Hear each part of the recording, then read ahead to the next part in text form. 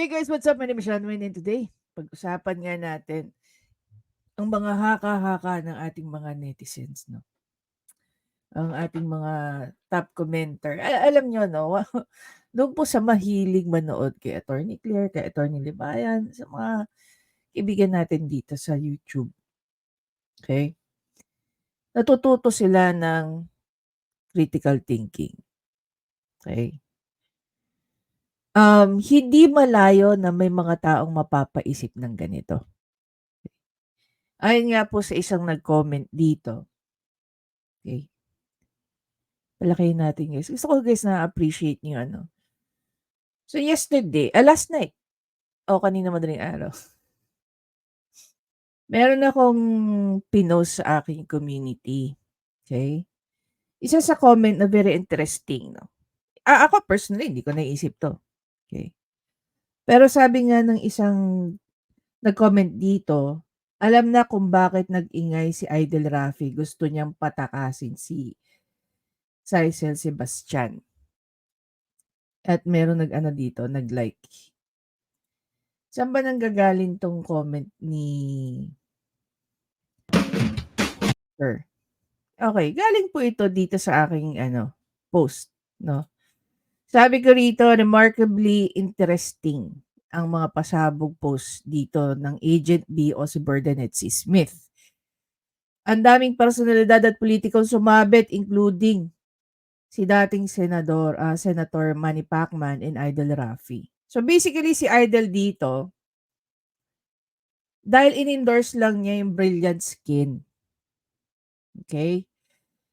Pero ang tanong nga diyan, kung halimbawa totoo ang sinasabi nitong, ng itong Agent B, na ang Brilliant Skin ay isang scampi, 'no, parte or member ng scampi, 'pag sinabing scampi, scam company ng isang sindikato, malalagay ba sa alanganin si Idol? Magagaya ba siya kay Ricardo Cepeda? 'Di ba nga dun sa balita si Ricardo Cepeda, nagkaroon ng ano, nagkaroon ng kaso, ilang counts yun? Parang 40 or 42, mahigit 40 na reklamo, okey? Bilang siya ay naging modelo lang or endorser nung produkto. Sabi ko naman din sa post ko, kung magkakaroon diyan ng problema si Idol sa pag-e-endorse ng product ng Brilliant Skin, maraming endorsers na celebrity including yung anak ni PRRD. So kung titignan nga natin guys 'no, halimbawa, search natin, Brilliant Skin, endorsers.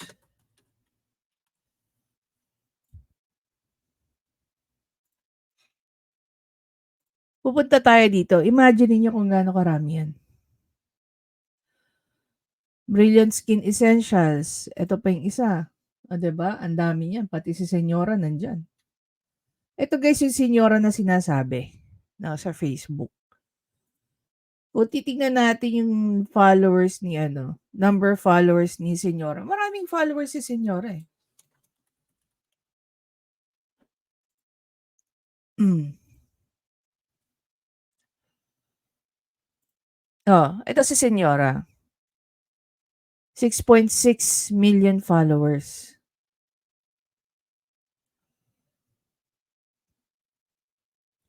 'Di ba? Meron siyang post dito. Kung ikaw tatanungin ko, ano ang gusto mong isumbong kay Idol Rafi?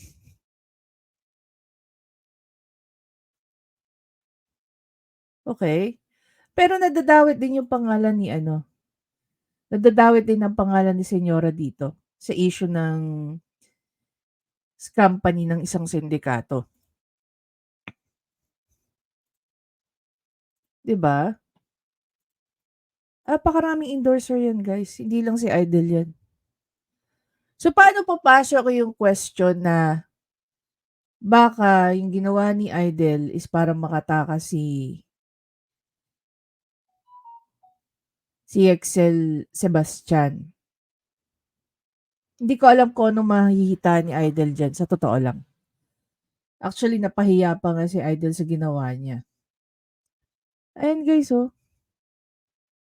tama ba?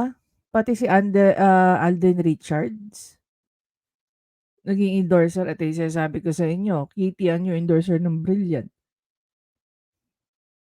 Ang problema kasi guys ngayon, ginagamit na yung mga tawag dito, ginagamit na yung mga artista na kahit wala namang kinalaman dun sa produkto, 'di ba? Naalala niyo yung magsasampa daw ng kaso si Chris Aquino sa paggamit ni Doc Willie Ong, produkto na wala namang endorsement galing kay Chris Aquino tsaka kay Doc Willie. Si Alden Richards mukhang ano lang dito, nag-hosting lang sa isang event ng Brilliant Skin. Hmm, eh, no.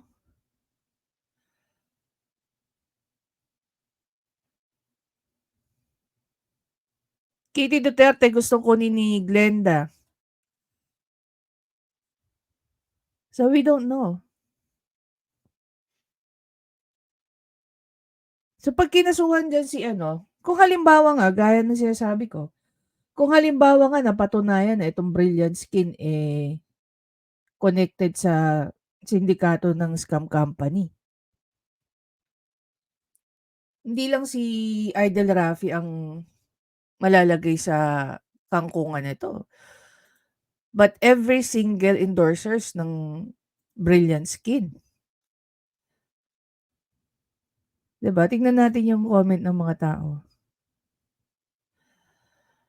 Sabi dito ni Mando, marami talagang scammer diyan sa UAE kasi mga kababayan din ang target diyan. Kaya ingat kayo mga OFWs. Yun yung nakakaawa eh, 'di ba? Marami po akong kaibigan na sinasabihan ko na pagka pagka may ganyan, it's too good to be true. Yung mga values na pinapakita sa kanila. Sabi ni Perfect Defect, interesting nga 'to, ang dami ng connected na big time. Malamang kasali dito si Chavit Singson at Atong Ang. Unfortunately, hindi sila na-mention, no, Perfect Defect. Hindi sila na-mention diyan. Ang pinaka-mastermind daw is yung Ito Twins. Yan, sabi ni Orlando, salamat sa warning. Sabi ni Reg Adams, interesting. Tanong nga sa akin ni Kaayo, uy ano 'to, si Kaayo for sure kung magkaka-interes siya rito, talagang bibigyan niya kayo ng ano, complete chart, 'no. Magaling 'to sila Kaayo mag-ano, eh, tsaka yung grupo nila, okey, magaling sila mag-analyze. Guys, ito yung mga tao na nagtitipon-tipon sila para lang mag-analyze ng mga issues. Then ibe-breakdown nila gaya ng ginagawa nila. Kaya nga analysis unit, eh. Galing sila, ang galing. Ang sarap nila. Ito yung mga tipo ng taong masarap kausap. Bakit? Kasi sila yung magtuturo sa'yo kung paano mo ibe-breakdown ang every part of everything. Gano'n 'yun. Para sa kanila dapat ang mga bagay-bagay connected sa isa't isa. Kasi if they're not connected, then if not, there's something wrong with it, or okay, it's purely ano, BS. Gano'n sila. So, yung mga nag-reply sa kanya 'yan, nandito nga yung ano, shinare ko 'yun sa kanya kasi connected nga yung issue kay Yexel Sebastian, 'no, scam 3, daming vloggers. Hindi ko nga masyadong maano yung kay Manny Pacquiao, eh. Para tuloy silang nagiging empire of scammers, ganyan.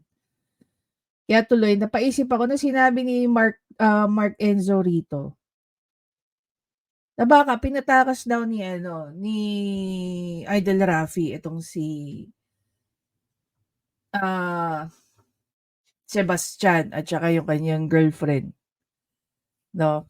Sabi naman dito sa post nung Bernadette Bernadette Smith, Kung dudugtong-dugtungin mo, tatahi-tahiin mo, etong si Sebastian, parang tip of an iceberg lang siya. Okey, tip of an iceberg lang siya. Tawag nga ni Bernadette, Smith diyan, dilis. Another question, kung ikaw ba ay naging endorser, in-offeran din kaya ang mga endorsers, ng product na 'to, ng shares, 'di ba? Imagine ninyo kung maalala niyo back in, nung panahon pang mayor si ano, si Yorme, 'di ba kinuha siyang endorser ng JAG? Sabi ni Yorme, lahat nung kinita niya, lahat ng binayad sa kanya, idinonate niya ng JAG. So, milyon parang if I'm not mistaken 3 or 5 million 'yun. Either of the 2 kasi naging endorser din siya ng Belo, eh. So, come to think of it si ano, si Idol, magkano binayad sa kanya just to endorse that product, 'di ba? Puwedeng milyon din, 'no, ilang milyon. But the question is, ano kaya ang binigay na orientation kay Idol tungkol sa background ng company, 'no? It's very, very important nowadays na inaalam na natin yung background ng company, ng isang company, 'di ba? Kasi gaya nga ng nangyari kay Ricardo Cepeda, nagmadal-madal ka lang, nauwi sa nademanda ka na. Same thing na nangyari kay Luis Manzano. Kaya napakaimportante po ang reputasyon ng tao. Napakaimportante ang kanilang credibility. Tayo naman dito, 'no, hindi tayo basta-basta magja-jump into conclusion. Kailangan may mga masagot 'tong mga involved na tao na 'to. Anong orientation na binigay sa inyo tungkol diyan sa company na 'yan? Alam niyo ba na merong issue 'yan? Sinisiraan lang ba talaga ang brilliant skin o may katotohanan yung pino-post dito ng isang, tawag dito, Bernadette, Smith o si Agent B? Kasi kung pagtatagpi-tagpiin natin 'yan, imagine ninyo yung involvement ng isang politiko, mga politiko, isang endorser, isang investor. Ultimo si Manny Pacquiao walang sinasabi rito, wala siyang nagiging comment dito, eh. Tsaka ang pangit pakinggan o pangit basahin na ang Ito Twins ang nag-handle ng mga scam company ni Manny Pacquiao. Imaginin mo, hindi na nga lang siya kilalang ano, eh, boxer, eh. Kilalang-kilala rin po siyang ano, eh, pulitiko, eh. Ano 'yan, para ma-sustain ni Manny Pacquiao ang kanyang yaman, kailangan niyang pasukin yung ganitong klaseng ano? To think mataas-taas naman ang pinag-aralan niya, meron pa nga siyang master's degree. Para patulan nilang mag-asawa ang mga ganitong klaseng ano, negosyo, 'di ba? Mapapaisip ka talaga. Sabi nga rito ni Kamatis Bobong scammer, yung gusto mong sirain yung isang tao kaya yung paliwanag mo puro sablay, paano ka paniniwalaan niyan, Shanuing? Kamatis Bobong scammer, kung totoo nga 'no, na sinisiraan ko dito si Raffy Tulfo, kung intensyon ko na siraan si Raffy Tulfo, di sana outright sinabi ko na si Raffy Tulfo involved sa scam company. Mas nag-iisip nga ako kawawa siya kung ma-Ricardo Cepeda siya, na nag-model lang siya ng isang produkto, napahamak pa siya, 'di ba? Kami dito, naniniwala kami sa due process.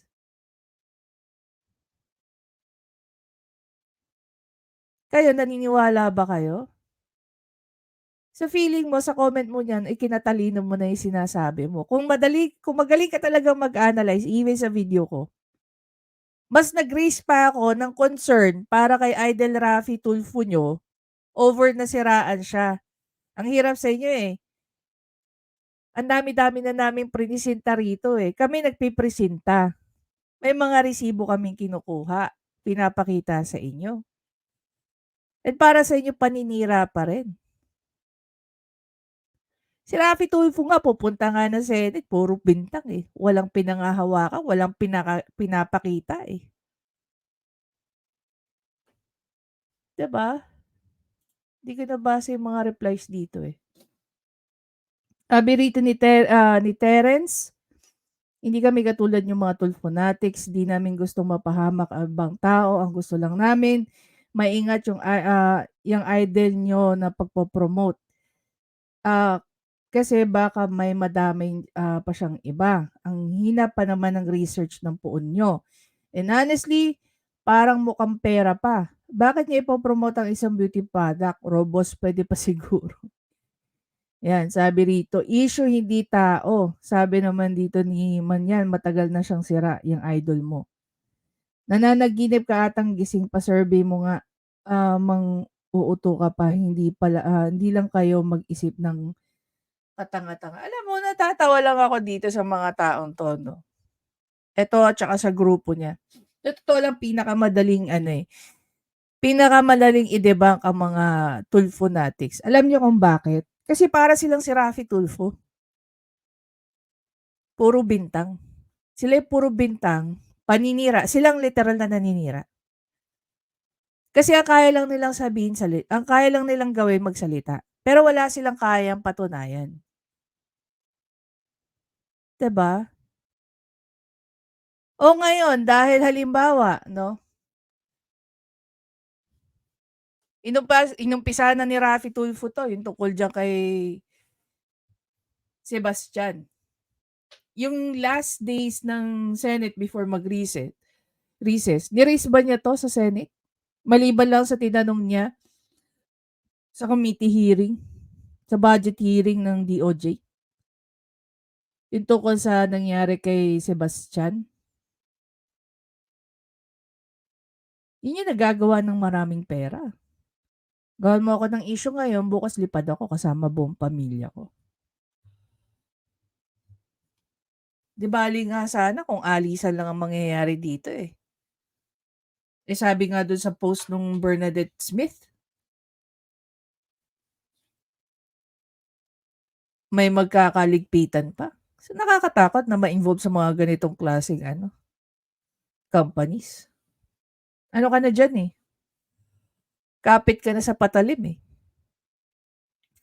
'di ba? Sige nga kung kayo tatanungin ko, ayon nga dito kay Mark,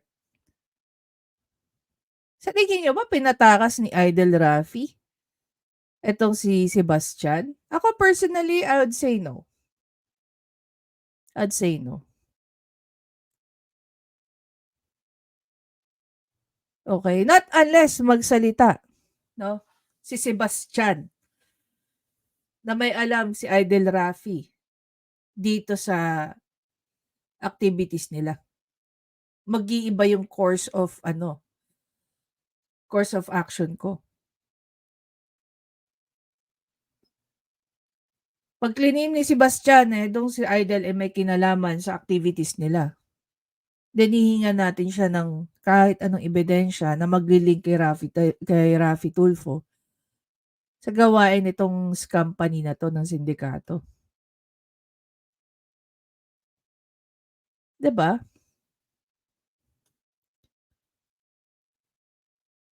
Again, hindi natin gawain na mambintang, proven innocent till proven guilty tayo dito, okey? Yan ang power ng due process. Kung yan hindi kaya ibigay ni Idol Raffy sa mga tao, yan ang ibibigay natin sa kanya. Nakakahiya naman sa kanya. Binabatikos natin siya sa pagiging ano, kawalan niya ng respeto sa due process at karapatan ng mga akusado. Tayo ibibigay natin yun sa kanya. Hindi ko naman sinasabing accused yan si Idol, Sinasabi ko lang, ano ang alam ni Idol Raffy tungkol diyaan sa issue ng Brilliant Skin. At kung magkakaroon ng issue diyan si Idol Raffy, lahat ng naging endorser niyan magkakaproblema rin. Gano'n lang 'yon. Hindi natin puwedeng i-single out diyan si Idol.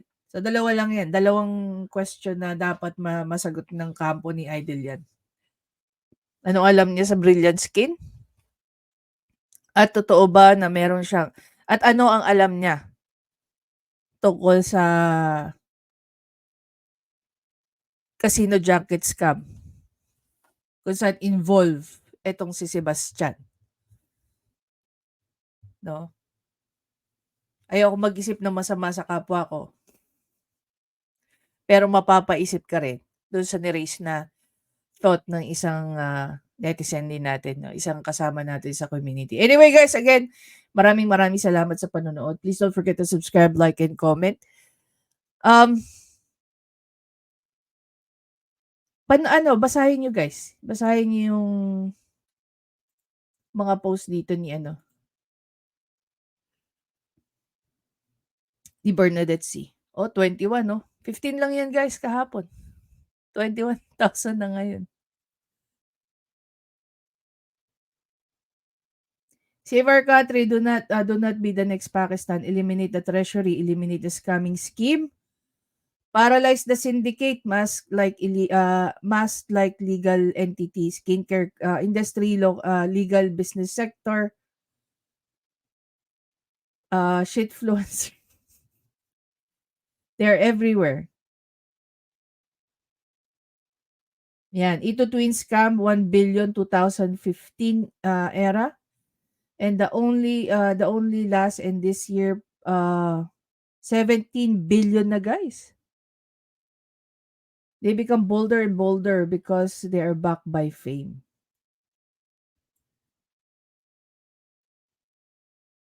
May post pa mamaya. Si Sian Gasa, kinang wag mo na 'to padala ng sustento, tinitira ka din. 'Di ba?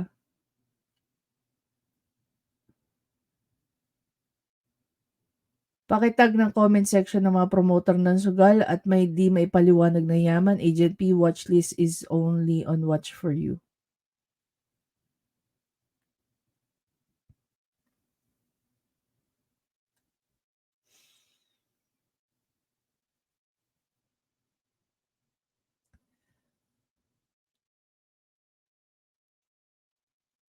Marami siya guys inaano rito, eh. Nahamon ka namin magpa-NBI CIDG magpa-press con ka bigla bigla kaya ata ang nagpa-site type. Paki-PM na lang din po lahat ng account na nagse-share ng mga 'to. Wow!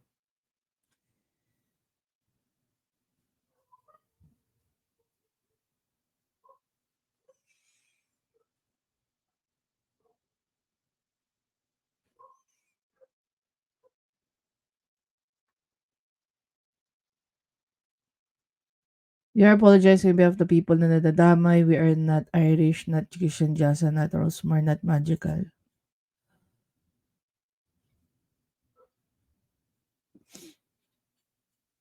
Maraming nilalabas 'tong taong 'to. No, we need to follow, ako personally, I just want to follow the account for the heck of info. Gusto ko tahi-tahiin yung mga sinasabi niya rito. The scam us then fund their luxury. Scam us then fund their luxury. The scam PH then bring our money to other country. Ito twin scam 1 billion last 2015 era. The only last and this year more than 17 billion na. Grabe. Kawawa talaga mga pobreng Pilipino na kaya tuloy nowadays nadi-discourage ang mga business owners, 'no, to get themselves na magnegosyo because of this. Nakakaawa yung mga Pinoy na gusto lang naman, alam mo yun, magkaroon ng other revenue streams tapos naho-hook sa mga ganitong klaseng yung hirap, yung pagod nila, grabe, napupunta lang sa kamay ng mga taong walang ginawa kundi mag-party.